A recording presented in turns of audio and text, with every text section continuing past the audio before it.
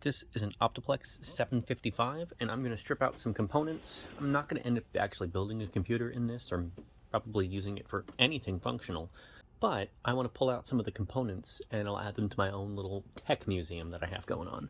So we'll take it apart. Cover is first to come off, and look at that heatsink. It's large. I think the only thing I'll be salvaging from this is probably just the RAM, the floppy, and then the CPU. I think everything else I'll probably just leave in here, but let's see if we can do this one-handed.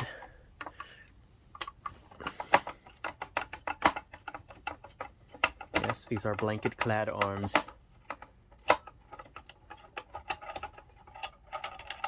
That's one. And number two.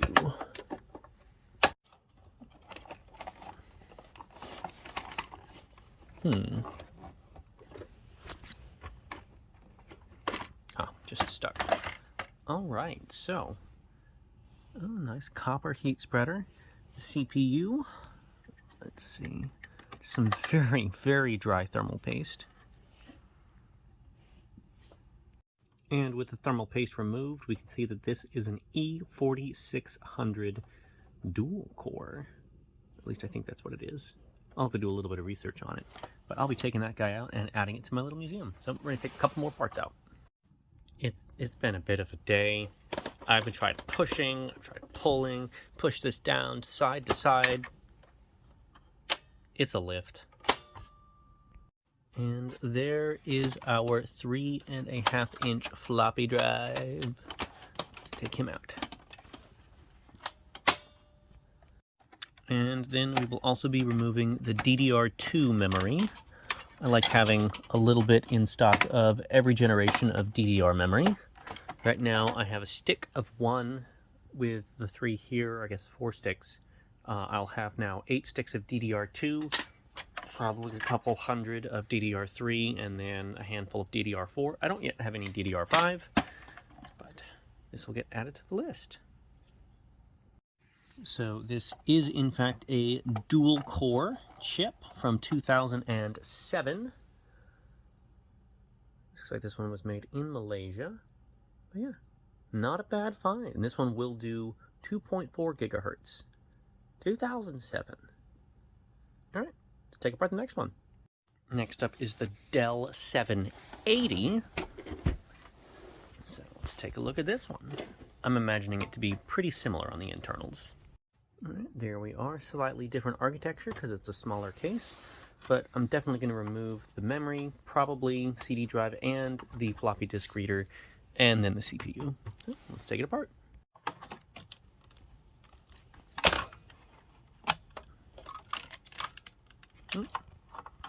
They're out of the SATA cables through here, so we'll just bend that over for now. And 1 and 2 screws. Clearly I was not paying attention because it had the slim DVD drive in there rather than the floppy disk. I thought there was an extra spot down here, which I guess there's the slot for it, but they didn't put it in this system. So, CPU. Here I thought this system was significantly older, but this guy is running DDR3. Huh. And look at the shine. This memory is still a little gooey. Or maybe it's just shiny. Alright, we're going to touch it, see what happens. Ah, it is! Look at that. Alright, now we're going to wipe this off before it gets everywhere. Probably no hope of that, but alright. Let's figure out what he is. Alright, and let's see if we can get a look at that. It is an E7500. I think that's correct. Let's get a little more information about it. Alright, so looks like this one is 2 years newer, 2009, but still a dual core, so he'll get added to the pile. And for the final disassembly, the ones that'll stay disassembled, we have this Optiplex 160L with a Celeron. So, let's take this guy apart. Okay. Got quite a few things in here that we will be taking out. We'll start with this RAM stick, one of 2 slots, and this is DDR one. 256 meg Samsung. Beautiful stuff. Put that right there. Man, they made these coolers really thick blades. Alright, let's take it out. Also, just take a moment to notice how clean this computer is. Like, this was made for XP. And that is remarkably clean. I mean, there's almost no dust on my hand. Or in the fans, for that matter. But, let's take this guy off. A rather interesting clasping mechanism here. So, pull up and out. Little locking bracket. Same on the other side, I guess. Alright, both clasps are off. I'm assuming I can just lift now? Oh, no. Wait, I think this shroud has to come off. Or maybe it just bends out of the way to let it out. Looks like a two-handed process. Whoops. Well, that wasn't supposed to happen. But fortunately, the pins don't look bent. Man, look at that. So I guess this is why you don't just lift your cooler straight up, especially on a computer this old, because that is quite a bit of suction going on there. So you know it's old when it just says that it's an Intel 02 Celeron. Right. And some of the thermal paste is actually still wet, which is really surprising. And it looks like this guy is from 2002. You know, it's amazing how the design has remained just remarkably similar. Now, granted, this one has pins, more like the AMD, older AMD CPUs, rather than just the flat socket, but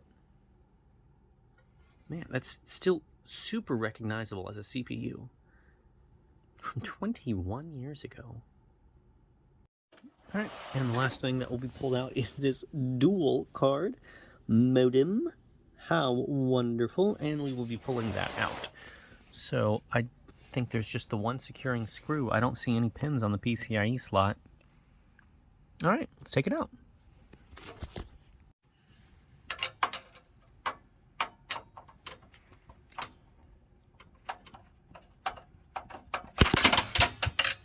Embarrassing.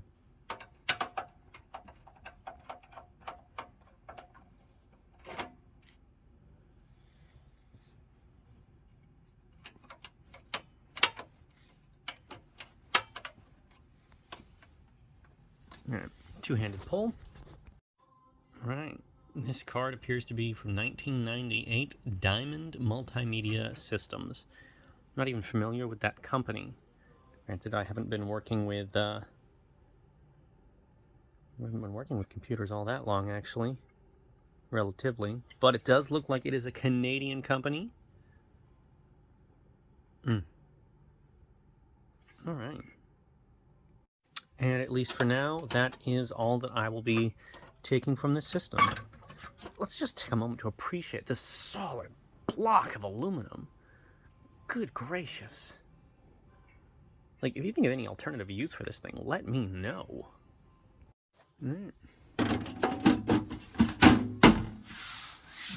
Okay. And to go along with these, this isn't what I want to show you. I mean, yes, it's from 2003, but it's what's inside. Windows 98. Also, can we just appreciate the holographics Microsoft used to use? That's quality.